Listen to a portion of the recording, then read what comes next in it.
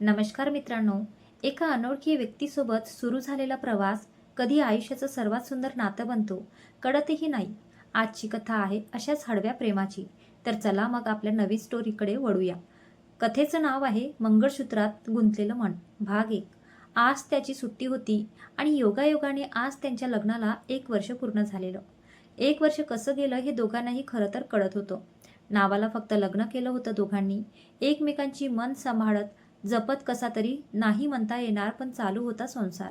विराजला नेहमीप्रमाणे आजही लवकर जाग आली होती आणि नेहमीप्रमाणे तो आजही सकाळी लवकर उठून तिच्या भावनाशून्य निरागस चेहऱ्याकडे बघत बसला होता. पण आज मात्र त्याला तिच्या चेहऱ्यावर काहीतरी वेगळं समाधान, उत्सुकता यांचं मिश्रण दिसत होतं. तो कुतूहलाने ते निरखण्याचा प्रयत्न करत होता, पण बिचारा विराज आजही त्यात फेल जात होता. तेवढ्यात त्याच्या मोबाईलच्या रिंगने तिची झोपमोड झाली. ती होऊ नये म्हणून त्याने पटकन मोबाईल सायलेंटवर केला, पण काय फायदा झाला नाही. ती पटकन उठली आणि फ्रेश होऊन किचनमध्ये गेली सुद्धा. तरी विराज मात्र फोनवर फक्त हॅलो हॅलो बोलत होता. लक्ष मात्र अवनीकडेच होते, कारण आज पहिल्यांदा तिने त्याला जीएम किस जो दिला होता. तिकडे फोनवर वेदिका मात्र याला ओरडून ओरडून थकली, म्हणून तिने फोन कट करून परत लावला. पठ्ठीला वाढदिवसाच्या शुभेच्छा ज्या सगळ्यांच्या अगोदर द्यायच्या होत्या. फोन सावरतच, हाय बोल ग अंबाबाई. वेदिका म्हणाली, काय रे इतकं काय झालंय वैतागायला? विराज म्हणाला, तू अशी कशी ग नेहमीच अयोग्य वेळी कळमतेच? वेदिका म्हणाली, हां मी काय केलं रे? तुला जरा लवकर किस घेता येत नाही का? विराज म्हणाला, आता लवकर म्हणजे कधी आणि किती लवकर घ्यायचं तूच सांग आता मला. नंतर त्याला क्लिक होता आणि तो अजून जोरात ओरडतो, वेट वेट वेदिका, तुला कसं कळलं? की वेदिका म्हणाली, काय कळलं की? हां हां हां बोल बोल ना विराज. विराज म्हणाला, तू फोन का केला होतास? वेदिका म्हणाली, म्हणजे तुझ्या लक्षातच नाही का? विराज म्हणाला, ए माकडे बोलतेस का, ठेवू फोन? वेदिका म्हणाली, ए ठेव चल फोन, धमकी आपल्याला द्यायची नाही हा. PSI असशील ते तुझ्या घरात, मी तुझ्या बायकोलाच फोन लावते, बाय. तिच्या अशा बोलण्याने विराज अजूनच गोंधळला. आधीच अचानकपणे अवनीने दिलेल्या किसने तो कन्फ्यूज असतो. त्यात परत हे विचार करत बाहेर येऊन तो पेपर वाचत असताना आजूबाजूलाही आज त्याचं जरा जास्तच लक्ष होतं. आता यावेळी त्याला खरं तर चहाची जास्त गरज होती. तेवढ्याच साडीचा पदर आणि निर्या सांभाळत अवनी त्याच्या समोर चहा घेऊन उभी राहते. तिची ते सगळं सावरण्याची धडपड. ओली केस असल्यामुळे डोक्याला बांधलेला टॉवेल, गडबडीत चेहऱ्यावर मेकअप, काय साधी टिकलीही नव्हती. आंघोळ करून गडबडीने तशीच आल्याने साबणाचा तो मोहित करणारा वास ऐकून कधी नव्हे ते PSI विराज परत एकदा गडबडले होते. त्याला तसंच बघत हसत ती निघून जाते. याच्या मात्र अंगाला घामच फुटला होता. चहा पीत पीत तिच्या हालचालींचे निरीक्षण करत तो भूतकाळात गेला. त्याला दोघांची पहिली भेट आठवली. सकाळची 8ची वेळ असेल साधारणपणे. नाईट ड्युटी असल्यामुळे विराज अगोदरच वैतागला होता. कॅबिनमध्ये बसून फाईलमध्ये डोकं खुपसून त्याने स्वतःसोबत सगळ्या स्टाफला अपूर्ण असलेल्या केसची लिस्ट तयार करायला सांगितली होती. त्यामुळे नाईट ड्युटीवाले नाराज होत काम करत होते. त्याचवेळी हवालदार साळुंखे यांच्याजवळ एक ज्येष्ठ नागरिक आणि एक लेडी काहीतरी चर्चा करत असताना त्यांचा चढलेला आवाज ऐकून विराजच्या डोक्याची शीर अजूनच सटकली. तसा त्याला पटकन राग येत नसायचा, पण होतं ना कधी कधी कामाचा राग तिसऱ्यावर कोणावर तरी निघतोच. तसंच त्याचं झालं. तो गडबडीत तसाच बाहेर आला आणि जरा रागातच कोणाकडेही न बघता सरळ टेबलावर दोन्ही हात ठेवून त्यांनी साळुंखेंना बोलायला सुरुवात केली. विराज म्हणाला, किती वर्षे झाले तुम्ही ड्युटी करताय? आणि हे पोलीस स्टेशन आहे, वेड्यांची शाळा नाहीये. कंप्लेंट लिहून घ्यायला इतका दंगा करायला लागतो का? इतका वेळ बसून असलेले साळुंखे लगेच उभे राहतात आणि सॉरी सर म्हणून शांत उभे राहतात. विराज आता स्वतःचा मोर्चा कंप्लेंट करणाऱ्यांवर वळवतो. तो बोलणार तेवढ्यातच समोरची लेडी त्या आजोबांना समजावत होती. तसंच तिचं विराजच्या बोलण्याकडेही लक्ष होतंच. स्वतःचे शब्द गिळून तो तिच्याकडे एकटक बघत असतो. ती होती अवनी. स्टेप कट केलेली तिची ती कुरडी केस तिने रिकामी सोडली होती. कानात मोठे सिल्वर झुमके, पिवळा अफगाणी कॉलरचा कुर्ता, त्यावर गुलाबी रंगाची लेगिंग्स, हातात सिल्वर रंगाची एक मोठी बांगडी. हे सगळं कमी की काय म्हणून तिच्या ओठांवर एक तीळ. तिला बघून त्याच्या तोंडातून एकच शब्द निघाला, परफेक्ट कॉम्बो. ती रागाने त्याच्याकडे बघत बोलते, एक्सक्यूज मी. विराज परत त्याच्या आहे त्या ॲटिट्यूडमध्ये येऊन त्यांना सांगतो, साळुंखे परत असा बिनकामाचा गलका करू नका. सगळेजण इथे कामच करत आहे. आपल्यामुळे दुसऱ्यांना डिस्टर्ब होणार नाही याची काळजी घ्या. असं बोलतच त्याने तिच्यावर एक नजर टाकली आणि कॅबिनमध्ये जायला निघाला. तेवढ्यात तिने विराजला आवाज दिला, एक्सक्यूज मी सर. विराजने मागे बघितले. अवनी म्हणाली, मगाशी तुम्ही म्हणालात की ही वेड्यांची शाळा नाहीये, म्हणजे तुम्ही समजूतदार आहात हे मी समजू का? आणि तसे असेल तर या आजोबांची केस लिहून घ्यायला इतकी का टाळाटाळ करत आहेत हे साळुंके सर? विराज म्हणाला, साळुंके या काय म्हणत आहेत? साळुंके म्हणाले, सर लिहून घे तुम्ही कंप्लेंट. विराज मानेनेच होकार देत कॅबिनमध्ये येतो. तसा त्याला अवनीचा आवाज ऐकायला येतो. तुम्ही शिफारसीशिवाय कंप्लेंट लिहायच्या पण सोडून दिल्यात का? विराज ते ऐकून मनातच असतो आणि विचार करतो, चला देश सुधारतोय, मुलीही आता बोलायला लागल्या आहेत. साधारण 10 वाजता विराज काम आटपून घरी जायला निघतो, तर साळुंखेकडं त्यांचं लक्ष जातं. तो विचारतो, मगांची कंप्लेंट केलेली दाखवा. ती बघून त्यावरच तो नाव वाचतो, अवनी जोशी. घरी आल्यावर सगळं आटपून तो बेडवर झोपलेला असतो, पण अवनी काय त्याचा पिच्छा सोडत नसते. नकळत त्याचे हात मोबाईलवर फिरायला लागतात. स्वतःच फेसबुक चालू करून तो तिला सर्च करतो. योगच म्हणावा की तिचं प्रोफाईल सापडायला त्याला वेळ लागला नाही. तिचा फोटो बघून तो लगेच तिला ओळखतो. स्वतःच्या नकळतही तो तिची प्रोफाईल चेक करत असतो. तिचे फोटो बघतच तो अचानक थबकतो, कारण तिच्या अल्बममध्ये तिचा आणि तिच्या नवऱ्याचा असा एकत्र असलेले खूप फोटो होते.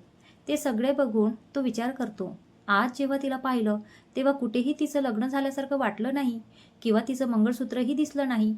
त्याचं दुसरं मन त्याला सांगत होतं की आजकाल कुठं सगळ्याच मुली मंगळसूत्र वापरतात. मनात विचार चालूच असताना प्रोफाईल बघणेही चालूच होते.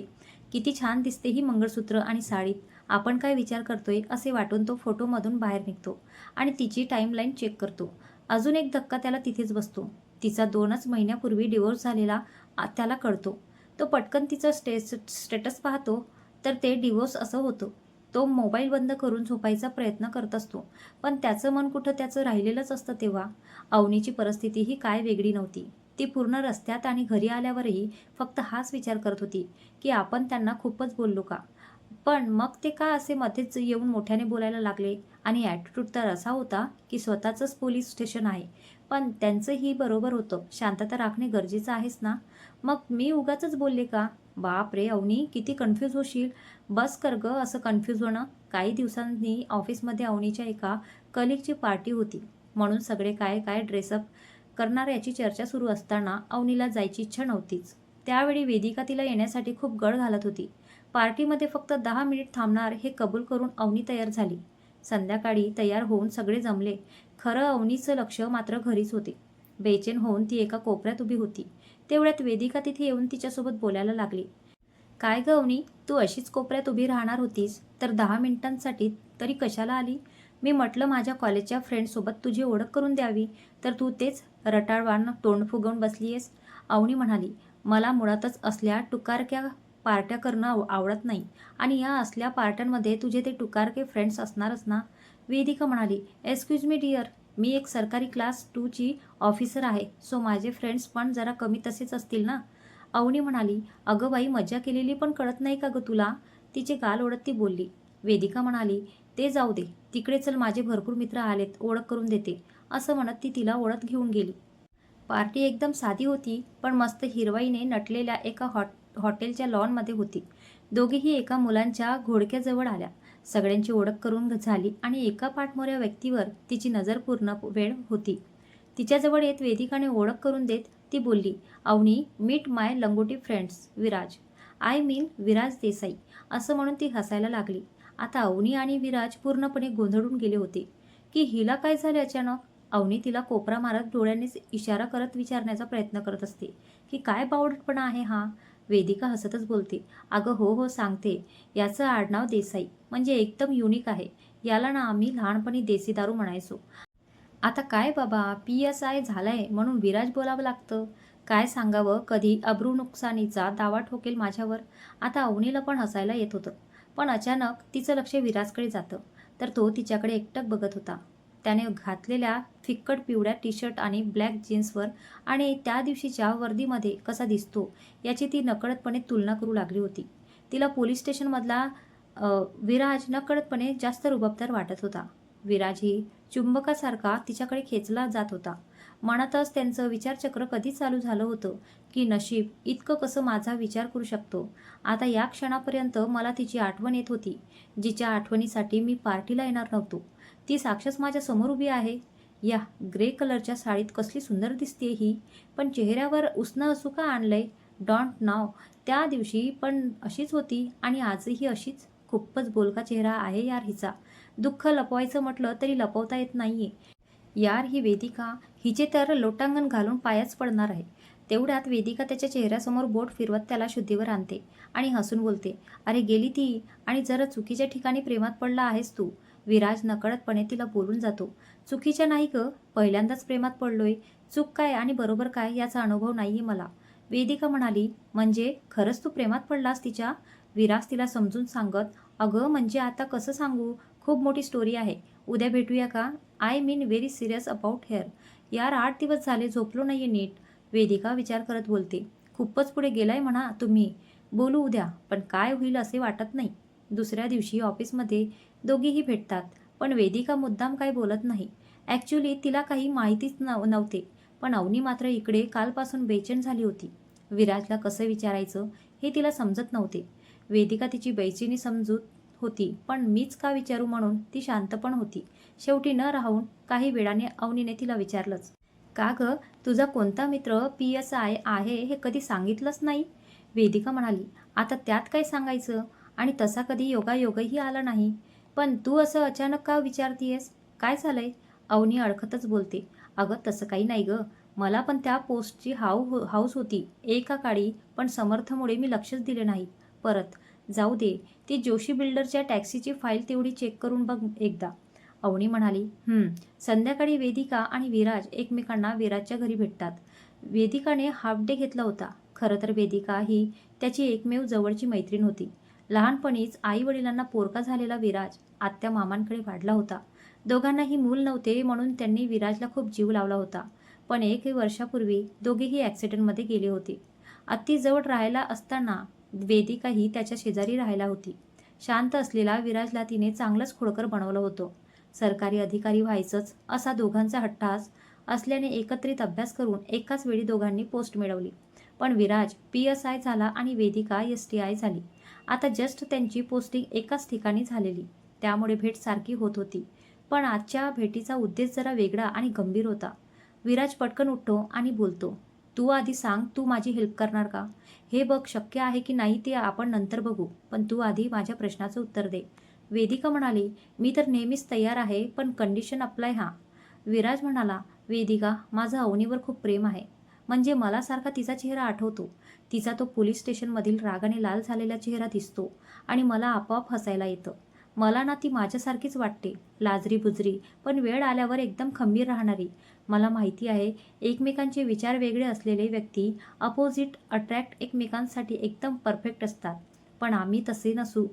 But I think something is between us, something different, can't explain it. त्याला थांबवतच वेदिका बोलते, 1 मिनिट, तू खूपच विचार करतोयस, तुला सगळं माहीत नाहीये कदाचित म्हणून. विराज म्हणाला, मला सगळं माहीत आहे. हेच ना की तिचं ऑलरेडी लग्न झालेलं आहे. वेदिका म्हणाली, तू खूपच माहिती घेतलेली दिसतेस. म्हणजेच तू पुढचा विचार करून पुढचा प्लॅनही केलेला दिसतोय. मग आता सगळं कसं काय करायचं ते सांग. विराज तिला थांबवत, अरे वेट वेट, सगळ्यात आधी मला तिला जाणून घ्यायचे. मला वाटते तशीच ती असेल तर मला तिच्या इतर गोष्टींनी काही फरक पडत नाही. इनफॅक्ट तिच्या पास्टविषयी मला देणं घेणं नाही. वेदिका म्हणाली, 1 मिनिट, तिचा पास्ट तर तुला ऐकावंच लागेल. तुम्ही पुरुष दोन्ही बाजूने बोलता. एकदा बोलता की भूतकाळ सांगायची काय गरज नाही, पण जेव्हा तो भूतकाळ अचानकपणे वर्तमानात डोकावला की तुमचा अहम खूप दुखावतो. मग तुमच्यातील पुरुष जागा होऊन त्याचा त्रास त्या स्त्रीला देतो होतो. आधीच एकदा ठेच खाल्लेली तिने परत एकदा खूप विश्वास ठेवून तयार करण्यात आलेल्या नात्याकडे संशयित होऊन बघते आणि मग डोक्यात उतरतो तो फक्त मनस्ताप. विराज म्हणाला, बाप रे वेदिका, तू कुठं जाऊन पोचलीस? मला इतकंच ओळखलंस का तू? अगं आता काय बोलू? वेदिका म्हणाली, काही बोलू नकोस, तू फक्त 2 मिनिट मी काय सांगते ते ऐक. अवनी माझ्यासोबत STI झालेली. ट्रेनिंगला आम्ही एकत्रच. ती आणि तिचा अभ्यास यातच असायची नेहमी. मॉडर्न ड्रेस घालणारी, मॉडर्न विचारांची अवनी एकलकोंडी होती. तिच्या फॅमिली बॅकग्राऊंडमुळे ट्रेनिंगमध्ये आमचं ट्युनिंग जुळलं आणि पोस्टिंग झाल्यावरही कॉन्टॅक्टमध्ये राहिलो, म्हणून ती अजूनही माझी बेस्ट फ्रेंड आहे.